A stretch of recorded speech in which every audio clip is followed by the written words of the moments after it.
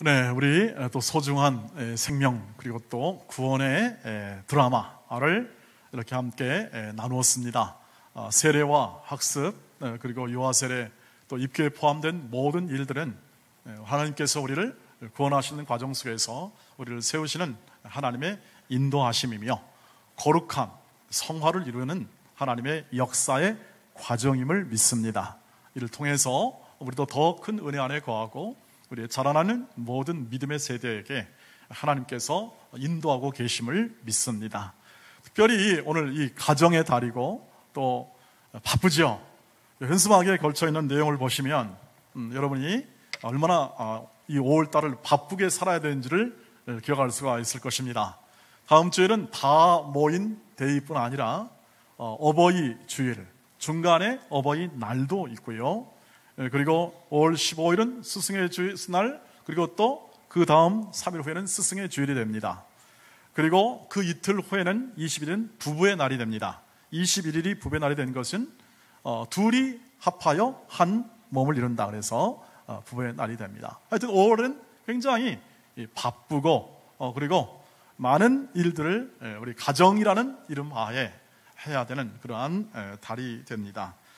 그래서 이 가정의 소중함과 가정을 이루고 있는 부모와 자녀와 부부와 그리고 온 또 가정 공동체 연합체인 교회에서 우리가 어떻게 행할지를 조금 더 깊이 생각해보는 시간으로 각 주일의 설교를 준비하려고 하고 있습니다.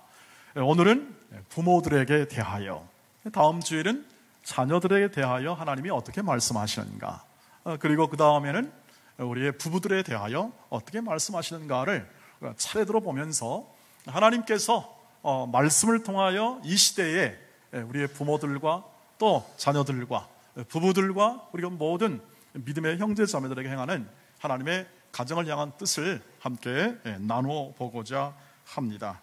오늘 우리는 우리가 부모로서 한 가정과 또 온 교회 속에서 우리가 부모로서 살아가면서 하나님이 부모에게 향한 음성을 함께 나누기를 소망합니다. 여러분, 가정이 얼마나 소중한지를 이렇게 제가 말씀드리지 않아도 저와 여러분은 가정의 소중함을 전부 다 알고 있습니다.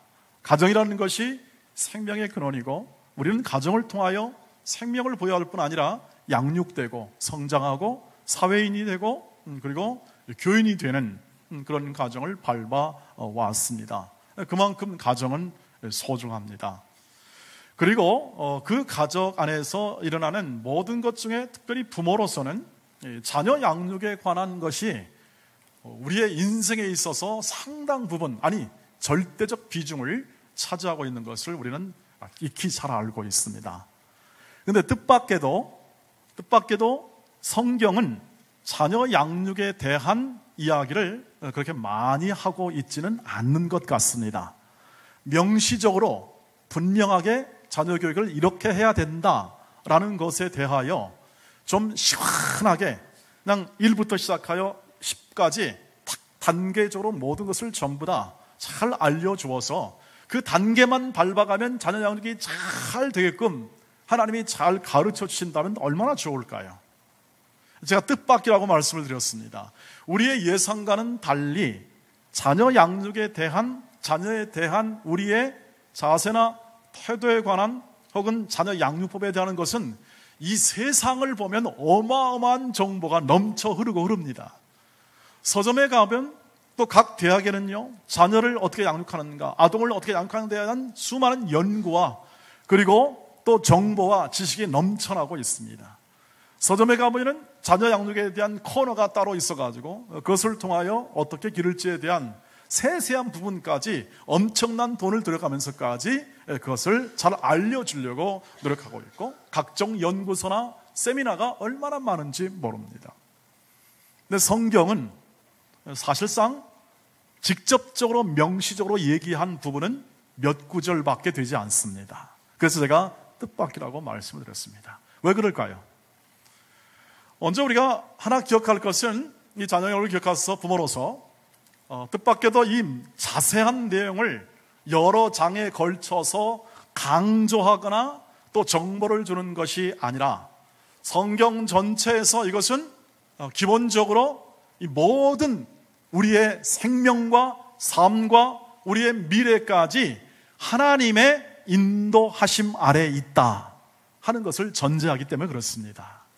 하나님께서 친히 우리의 인생과 우리의 자녀의 인생을 주관하신다 하는 기본 원리, 기본 말씀의 기초에 있기 때문에 근본적으로 부모된 자, 우리로서 부모가 갖는 기본 인식은 이 모든 것이 만물이 주께로부터 왔고 주로 말미암고 주로 돌아간다는 사도 바울의 고백처럼 우리와 우리의 자녀들이 우리의 인생의 삶의 여정 가운데 우리의 하에 살며 양육받고 있으나 근본적으로 이 자녀의 걸음을 인도하시는 분은 하나님이시다.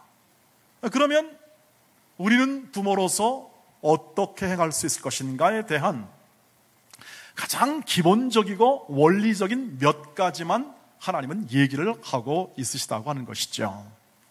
그 말은 부모가 가지는 한계, 자녀에 대한 양육의 한계나 부모가 가지는 능력의 한계를 하나님이 아신다고 하는 것입니다. 그리고 우리로 하여금 부모에 합당한 삶의 내용을 주시길 원하신다고 하는 것이죠. 그리고 오늘 그 본문을 읽습니다. 다시 한번 읽어봅니다. 6장 4절 하나님의 인도에 따라서 아주 간략하게 정리되어 있는데 읽어보겠습니다. 시작. 또 아비들아 너희 자녀를 노엽게 하지 말고 오직 주의 교훈과 훈계로 양육하라고 말씀합니다. 두 가지가 나와 있습니다. 간단하게 아비들아 너희 자녀를 뭐 하지 말라고요? 노엽게 하지 말라고 합니다. 이 말을 들으면 우리는 이게 너무 상식적이지 않냐는 생각을 하게 되지요. 자녀를 노엽게 하지 말라고 하는 것은 상식에, 오늘날로 말하면 상식에 불과합니다만, 그러나 옛날 이 말씀이 쓰여진 2000년 전에는 굉장한 의미를 담고 있다고 하는 것이죠. 어떤 의미를 담고 있습니까? 그 당시에는 우리 여기 학생들이 있는데 이런 학생들과 이 자녀들이 학교에 다니는 경우가 별로 없었습니다. 그냥 집에서 남자들은 군대와 전투력을 위한 그러한 힘의 근원으로서 자원으로서 아이들이 커가는 것이고, 여자아이들은 기본적으로 노동력, 생산력을 위한 그러한 일로서 그들은 커나가고 있는 것이 일반적인 부모가 자녀를 대하는 생각이었죠. 그러니까 그런 입장에 있어서는 이 자녀들의 감정이나 의지를 표현할 방법이 별로 없습니다. 부모의 생각과 의지가 전적으로 작용하여 너 나 따라와, 그렇지 않으면 어떻게 합니까? 너는 밥도 없고 미래도 없는 거다 하는 것에 대한 절대적 권한에 있었다고 하는 것이죠. 그러니까 의사를 묻거나 생각을 묻는 것이 아니라 부모의 일방적인 모든 것으로 가게 되는 거죠. 여러분, 그러면 어떻게 됩니까? 예나 지금이나 아이들은 감정과 감정, 의지와 의지가 충돌하게 됩니다. 잘 들어보십시오. 감정과 감정, 의지와 의지가 충돌하게 되면서 거기서 분노가 일어나게 됩니다. 우리 아이들도 마찬가지고, 그때 아이나 지금 아이나 아이들은 다 마찬가지입니다. 그때 아이들은 그냥 뭐 순종만 하는 것, 그것이 아니죠. 아이들은 아이들이죠. 우리 아이들이 커가면서 점점 자신의 독립적 감정과 의지가 점점 커나갑니다. 그리고 부모에게 향한 질문을 하나씩 갖기 시작합니다. 질문을 합니다. 어머니 왜 그러세요? 왜 이러시나요? 아버지나 어머니가 야, 물 좀 떠와 그랬는데 어릴 때는 잘하다가 학생이 되니까 왜 제가 떠와야 되나 하고 질문을 하기 시작합니다. 잔말이 많다 이놈아. 물 떠와라. 왜 떠와야 되나요? 떠오라면 떠와라. 싫어요 하고 들어가 버립니다. 그때가 온다는 거지. 바로 이것이 감정과 감정이 충돌한 하나의 예가 되겠습니다. 의지의 독립이 일어나면서 이게 사춘기라고 말을 하죠. 이성을 사귀기 시작하고 자기의 뜻을 펼쳐볼 시기가 와서 아이들이 점점 자신을 강화할 때, 그때 감정과 감정, 의지가 충돌하여 분노가 일어나고, 그 분노를 어떻게 합니까? 막거나 강압적으로 할 때 아이들은 튀게 마련이죠. 그래서 존중하라고 하는 것이죠. 부모가 가르치는 태도는 뭐냐면 아이들의 의지와 감정을 존중하라는 것이 바로 노엽게 하지 말라는 의미 안에 담겨 있습니다. 이건 굉장한 부분입니다. 예나 지금이나 소파 방정환 선생이 어린이날을 제정하는 것도 어린이가 어린이로서 대접받지 못하는, 한 인격체로 존중받지 못하는 그런 환경과 여건 가운데서 만들어진 것이라고 여러분 알고 있을 것입니다. 예나 지금이나 이 한 어린 인격체에 대하여, 다음 세대에 대하여 우리가 갖는 마음의 존중과 그 아이가 갖는 인격적인 존재로서의 우리의 대응, 부모로서의 대응은 그 아이의 감정과 의지를 이해하고 듣고, 그리고 그들에게 말할 기회를 주면서 그 아이의 인격과 삶에서 드러나는 하나님의 인도하심을 따라 이 아이를 양육하는 것이 바로 오늘 자녀를 노엽게 하지 말라는 것과 같다고 하는 것이죠. 많은 경험을 하시리라고 생각합니다. 우리 마음 가운데 너희가 뭘 아니? 사실 이 마음이 굉장히 강하죠. 아이들은 중학교부터 시작하여 요즘 제일 무서운 아이들이 누구냐면 중2입니다. 중2. 왜냐하면 하늘 무서운 줄 모릅니다. 부모 무서운 줄도 모르고 그냥 자기 멋대로 다 합니다. 그냥 통제가 안 되는 거죠. 거기에 관하여 사춘기라도 접어들 요량이면 도무지 통제 불능의 상태가 오게 되는 것이 일반적이라고 그래서 요즘은 중2가 제일 무섭다고 합니다. 그런데 어느 가정에 따라서는 초등학교 5학년까지 내려왔다고 합니다. 그런 모습들이 말이죠. 어느 한 가정을 특정할 수는 없겠지만 우리의 모든 가정의 형편과 여건 속에서 부모로서 가져야 할 가장 중요한 말씀의 원리에 따른 우리의 태도가 있다면 그것은 아이들의 의지와 감정을 존중하고 듣고 정확한 훈계와 타이름과 그리고 교훈의 시기를 찾아서 그 아이를 의의 길로 양육하는 것, 이것이 바로 첫 번째 우리가 오늘 이 말씀을 통해서 갖는 부모로서의 태도와 교훈이 되겠습니다. 두 번째로는 주의 교양과 훈계로 양육하라는 내용입니다. 이것은 결국 우리의 모든 부모의 가치가, 부모가 양육하는 가치가 말씀을 기준으로 한 가치로 양육하라는 그러한 명령을 받습니다.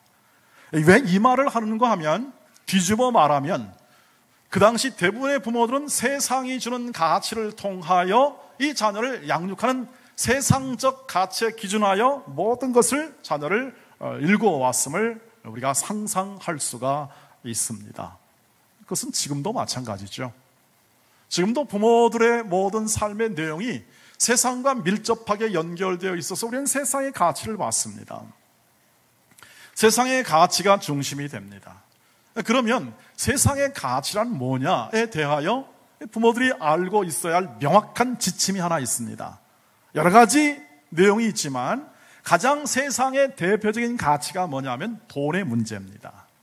그 예를 예수님께서는 명확하게 마태복음 6장에서 가르쳐줍니다. 한번 읽어볼까요? 마태복음 6장을 보시길 바랍니다. 저 보시면 이렇게 되어 있습니다. 시작. 한 사람이 두 주인을 섬기지 못할 것이니 혹 이를 미워하고 저를 사랑하거나 혹 이를 중히 여기고 저를 경히 여김이라. 너희가 하나님과 재물을 겸하여 섬기지 못하느니라. 아멘. 이 세상에서 제일 큰 가치가 뭐냐면 돈입니다. 왜냐하면 돈은 뭔가를 살 수 있고 뭔가를 바꿀 수 있고 뭔가를 해낼 수 있는 가장 중요한 기초가 되기 때문에 그렇습니다. 돈을 가지면 이것을 다 할 수 있다고 생각하는 거죠. 그리고 그것은 현실의 사회 속에서 굉장한 위력을 발휘합니다. 그래서 우리는 선택의 요청을 받습니다.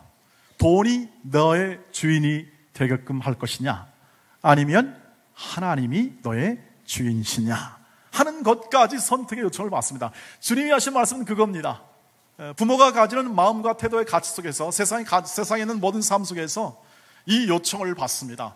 믿음으로 세워내려고 하는 이 믿음의 부모들이 갖는 그 마음의 그 선택의 요청은 뭐냐면, 너는 하나님의 다스림 속에 하나님을 주인으로 삼고 살 것이냐, 아니면 세상이 가르쳐주는 가장 중요한 가치인 돈의 힘으로 너의 인생을 주인으로 삼고 살 것이냐 하는 거죠. 여러분, 이 말은 무슨 뜻이냐면 결국 두 개를 다 섬기고 같이 갈 수는 없다고 하는 것을 말합니다. 두 개를 교묘하게 이것을 함께 이렇게 함께 가지고 갈 때 아이들은 매우 혼동스러운 가치로 자기의 가치를 형성시킬 가능성이 많아지게 됩니다. 무슨 말씀이냐면 부모가 보여주고 부모가 살아내는 가치를 보면서 자녀들은 그 가치를 형성시키고 자기가 살아나가야 할 가치의 핵심을 이해하고 지혜로 받아들인다고 하는 사실입니다. 이걸 제가 새롭게 말씀드린 게 아니라 모든 사람들이 그렇게 유동서로 말하는 것이며 성경에서 그것을 말합니다. 그래서 이 말이 나옵니다. 신명기 6장 4절 말씀을 보시길 바랍니다. 신명기 6장 4절 6장 5절로 7절 말씀을 보면 이렇게 됩니다. 신명기 6장 5절 7절 보십시오. 읽어보십시다. 시작. 너는 마음을 다하고 뜻을 다하고 힘을 다하여 내 하나님 여호와를 사랑하라고 합니다. 너는 내가 내게 명하는 이 말씀을 너는 어디에 새기고, 이 마음에 새기는 사람이 누굽니까? 부모를 말합니다.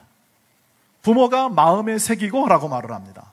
말씀의 가치를 마음에 새기고 그 다음 어떻게 하죠? 7절 읽겠습니다. 시작. 내 자녀에게 부지런히 가르치며 집에 앉았을 때든지 길을 걸어갈 때든지 누워 있을 때든지 일어날 때든지 이 말씀을 가르쳐 줄 것이다 하는 거죠. 그러니까 우리에게 가르쳐 줌, 우리가 그것을 전하여 줌, 모든 이 하나님의 뜻과 경건한 후손을 얻기 위한 우리의 가정의 목적을 이루기 위한 모든 가르침의 핵심 앞에는 뭐가 있냐면 먼저 너는 말씀을 새겨라. 가슴에 새겨라, 마음에 새겨라. 이것은 무슨 말이냐면 이 가슴의 새김을 통하여 언제 어디선지 이 말씀의 가치에 따라 살아가라. 이 내용을 담고 있죠. 우리는 아까 말했지만 이 돈의 가치에 의하여 세상의 가치가 상당 부분 형성된다고 말씀드렸습니다. 돈을 잘 벌려면 어디 가야 됩니까? 좋은 직장에 가야 합니다. 좋은 직장에 가려면 어떻게 해야 됩니까? 좋은 대학에 가야 합니다. 좋은 대학에 가려면 뭐 해야 됩니까? 열심히 공부해야 합니다. 목적이 그렇게 가치화되어 있다면 아이들은 그것을 따라갈 수밖에 없습니다. 그러나 공부를 열심히 하는 건 맞습니다.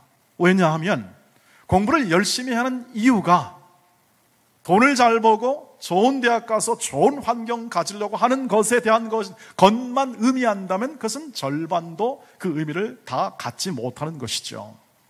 공부를 열심히 하는 것은 그 아이의 성실성을 기르는 것입니다.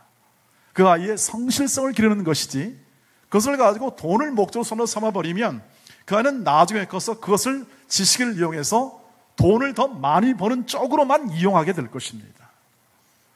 그러나 그 성실성, 즉 아이가 갖는 이 세상 속에서 살아갈 때 성실함으로 살아가는 것이 하나님의 뜻이고 하나님의 인도하심의 과정임을 부모를 통해서 배울 수 있다면 부모가 그 자체, 그 성실함이 바로 공부하는 목적이 되고 이 세상에 도는 목적이 아님을 삶으로서 마음에 새기고 함께 나눌 때 아이들은 더 잘 배울 수 있고 그것을 행할 힘을 얻을 수 있다고 하는 것입니다. 그것이 부모가 갖는 삶의 자세요 내용이 되리라고 하는 것입니다. 그래서 부모들이 이 싸움하는 거죠. 사실은 부모들이 자녀를 기르면서 신앙이 좋아집니다.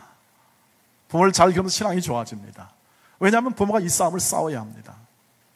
아이들이 학원에 밀려 있고 공부에 밀려 있습니다. 아이들은 자신의 필요와 자신의 모든 해야 할 일에 밀려 있습니다. 근데 주일날 예배를 가야 합니다. 학원에 밀려 있다가 엄마 나 지금 학원에 가야 돼. 그럼 엄마가 그러냐? 교회는 나중에 가도 되고 얼마든지 갈 수 있으니까 너 공부하고 와라. 그러면 아이들의 가치의 혼동이 일어납니다. 예배가 타협의 대상이 될 수 있겠구나 하는 것을 배우게 되는 거죠. 이것이 부모의 싸움이죠. 자녀와의 싸움이 아니라 부모의 싸움이고 부모가 갖는 신앙적 가치 그리고 신앙의 유산의 싸움이죠. 여러분 혹시 여러분 가운데 제가 드리는 말씀이 내 자녀가 그런 환경에 처해 있어서 나도 그렇게 했다 해서 죄의식을 가지라 이런 뜻이 아님을 기억해 주시길 바랍니다. 제가 드리는 말씀은 뭐냐면 우리의 싸움이라는 겁니다. 이것이 우리가 가지고 있는 눈물의 기도의 내용이 될 수 있습니다. 나는 예배를 가지고 하나님을 섬기는 걸 가지고 하나님을 따라 하나님을 의와 평강과 진리의 길을 따른 길을 가지고 내가 애쓰고 있기 때문에 그것이 이루어지지 않을 때 우리는 고민하고 아파하지요. 우리의 자녀들이 내 말을 들어주지 않을 때 힘들어합니다. 그 자체가 내 사랑과 인내를 길러주는 하나님의 인도하심이라고 하는 겁니다. 그것 때문에 우리는 아파하기도 하고 힘들어하기도 하면서 우리는 부모로서 더 온전해지고 있고 자녀에 대한 애타는 마음과 기도로 우리의 삶을 편하고 있다는 것을 말씀을 드리는 것입니다. 여러분, 그래서 언제나 정리하자면 부모로서의 신앙의 가치가 명료하게 드러나도록 우리의 자녀들에게 본을 보여주시기를 주의 이름으로 축복합니다. 그것이 제일 큽니다. 아무리 공부가 잘하고 똑똑해도 하나님이 편들어주지 아니하시면 그의 인생은 필수가 없습니다. 하나님의 인도하심에 대한 부분을 미리 말씀을 드렸습니다. 좀 비리비리한 것 같고 부모의 기대에 안 찬 것 같으나 하나님이 손들어 주시면 하늘을 향해 날아갈 수 있습니다. 우리가 갖는 믿음은 그것입니다. 이 세상의 다스림과 이 모든 환경의 다스림이 하나님께 있다는 사실을 우리는 우리의 삶으로 인증해 주는 것입니다. 그리고 그 삶의 내용이 자녀 보기에 초기에는 자녀가 이해되지 않더라도 그것이 나중에 이해될 때가 오게 되고 그 삶을 받아들일 때가 오게 됩니다. 그것이 하나님의 방법이고 하나님이 이끄심에 대한 그 과정임을 성경 곳곳에서 보여주고 있습니다. 그러므로 기분이 아니라 기준이 되어야 합니다. 기분이 좋다고 안 될 것을 다 들어주는 것이 아니라 기준에 따라 하나님의 말씀의 기준에 따라서 그것을 싸워내야 되는 거죠. 아이들이 존중함을 받고 그 존중함과 감정과 그리고 또한 그 생각과 의지를 존중받고 있다는 그러한 삶의 내용 가운데 하나님께서 주신 말씀의 가치가 나와 내 인생 속에 그리고 부모의 삶 속에 그리고 자녀들의 삶 가운데 비춰질 수 있도록 그것을 고수하는 게 부모들의 싸움입니다. 그리고 그것이 하나님의 인도와 이끄심 따라서 진리로 자녀들 마음 가운데 새겨지는 그것이 바로 우리가 죽은 다음에 아이들이 가져갈 수 있는 신앙의 유산이 됩니다. 그것은 부모로서 우리는 사랑과 인내의 싸움입니다. 자녀들에 대해서 화를 낼 권리가 우리에게는 없습니다. 하나님의 선물로 하나님 맡겨준 자녀들에 대해서 우리는 화낼 권리가 있는 것이 아니라 적절하고 그리고 또 훈계할 수 있는 타이밍과 여건 속에서 아이들을 말씀으로 가르치고 말씀으로 세워낼 시간을 갖는 지혜로움이 우리에게 필요합니다. 그래서 우리의 삶의 모든 것을 자녀들이 감시하고 있다고 생각하시길 바랍니다. 자녀들은 감시하고 있습니다. 좀 부정적으로 말하면 감시하고 있습니다. 바라보고 있고 쳐다보고 있다고 하는 것이죠. 언제나 지배와 복종이 아니라 상호 존중임을 언제나 마음에 새겨주시길 바랍니다. 상호 존중입니다. 이 말씀은 에베소서 5장 21절 그리스도를 경외함으로 피차 복종하라 하는 그 말씀에 다 걸려 있습니다. 이 모든 가정에 있어서. 그래서 우리는 이 그리스도를 경외함으로 그리스도가 우리에게 주신 사랑과 은혜에 합한 마음을 가지고 피차 자녀를 존중하고 감정과 의지에 합한 자녀를 존중할 뿐 아니라 서로에 대한 존중을 요청할 수 있고 그것을 함께 나눔을 통하여 우리는 더 온전한 자녀의 성숙을 기대할 수 있습니다. 사랑하는 우리 온 동원의 가족 여러분, 이것은 과정이고 우리의 일평생 이루어야 할 우리의 성화, 우리의 온전함의 과정입니다. 우리는 이 아이들이 우리의 마음과 우리의 생각을 잘 이해하지 못하고 아직 미성숙하기 때문에 여러 가지 우리가 부딪힐 일도 많고 우리 마음대로 안 됩니다. 사실상 고등학교만 졸업하면 아이들은 거의 자기의 인생과 자기의 삶을 살아갈 준비를 하고 있습니다. 부모의 뜻대로 되는 것이 아니라 부모의 가치대로 되기를 기도하시기를 바랍니다. 부모의 가치. 우리는 열망합니다. 우리의 자녀들이 우리보다 뛰어나고 우리보다 훨씬 더 강하고 우리보다 성숙한 존재로 이 땅을 살아가기를 다 원합니다. 그것을 바라지 않는 부모는 아무도 없으리라고 생각합니다. 그러나 그것이 지난한 일입니다. 어려운 일이고 그 힘든 일입니다.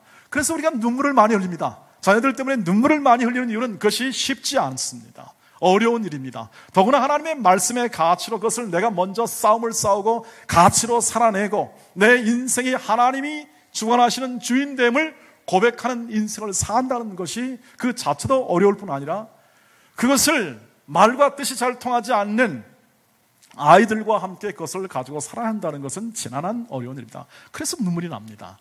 그래서 아프지요.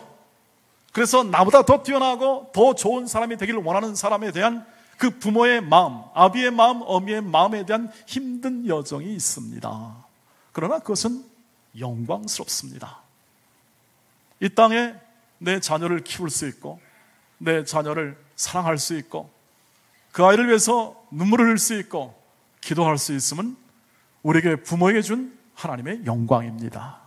십자가를 지시고 그 사랑과 희생과 겸손과 아픔을 참으시고 구원을 이뤄내듯이 동일합니다. 우리의 자녀들이 우리의 기도와 아픔과 희생과 눈물을 통하여 그 가치를 형성하고 주님을 닮아가는 인생을 살아가게 될 것입니다. 이것이 영광입니다. 그 영광을 따라 우리는 더 성숙해집니다. 부모의 그 부모됨을 인하여 우리는 더 온전해집니다. 이러한 고통과 고난과 눈물이 없다면 우리는 이 부모됨에 대한 그 온전성을 이룰 다른 방법이 없습니다. 하나님의 인도하심과 그 인자하심이 우리에게 있고 우리에게 있는 그 모든 마음의 이 감사함을 따라 오늘도 우리에게 허락한 이 아이들에게 존중과 감사와 그리고 우리가 갖는 부모됨의 영광을 따라 아름답게 하나님께서 빚으시는 이 자녀를 사랑과 인내와 주의 교양과 훈계로 잘 양육하여 주의 영광을 노래하며 감사하는 가정으로 날마다 해년마다 세워져 나가는 온 가족이 되시길 주의 이름으로 축복합니다. 그 영광스러운 부모의 삶의 내용으로 오늘도 힘차고 거룩하고 의미 있게 선한 영적 싸움을 싸우며 나갈 수 있게 되는 부모의 모든 삶 가운데 주의 은혜를 축원하며 감사하며 축복합니다. 기도하겠습니다.